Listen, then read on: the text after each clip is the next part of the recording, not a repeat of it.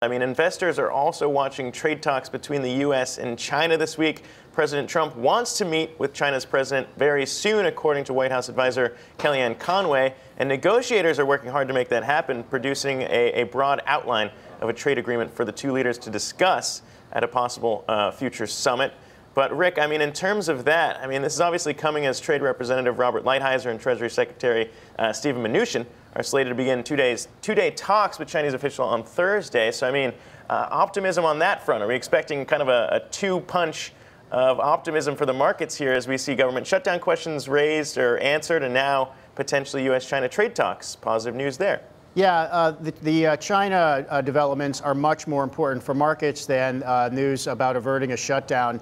And we got to remember, this is all coming at this moment from various White House and Trump administration officials talking to the press, mostly off the record. And we got to remember, there are still two camps within the Trump administration. There are the hardliners, which includes Robert Lighthizer, the top negotiator, who want real concessions from China, which would change the way China manages its economy.